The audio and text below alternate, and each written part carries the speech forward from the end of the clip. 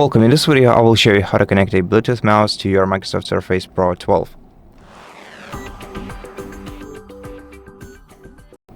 So, first of all, make sure that your Bluetooth mouse is turned on. Then, if it has the display selection screen, select the display you want to use for your device. Then hold down the pairing button to make sure that the LED light of your mouse starts blinking.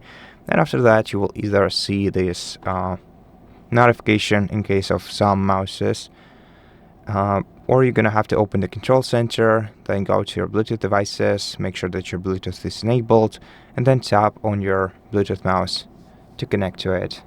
Wait for a couple of seconds until you are connected, and that's it. Now if you want to disconnect your Bluetooth mouse, go to More Bluetooth Settings, tap the three-dot icon in the top right corner of your mouse, and tap Remove Device. And that's it. Thank you for watching this video. If it helped you, please consider subscribing to our channel, leave us a like in the comment below, and I'll see you in the next one.